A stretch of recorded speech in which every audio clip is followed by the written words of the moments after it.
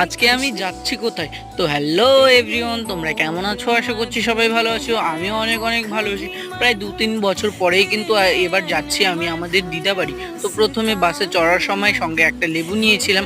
তারপর বাস থেকে নামার পর টোটোর সাহায্যে এবার প্রকৃতির সৌন্দর্য উপভোগ করতে করতে দিদাবাড়ি পৌঁছে গিয়েছিলাম। দিদাবাড়ি একটু বসতে না বসতেই কিন্তু আমি লিচি বাগানে ঢুকে গিয়েছিলাম বানরের মতো লাফাতে লাফাতে। আমার পিছনে লিচিগুলো ছিল, দেখতে কিন্তু ভীষণই ভালো লাগছিল আর পেকে টুসটুসে লাল হয়ে গিয়েছিল।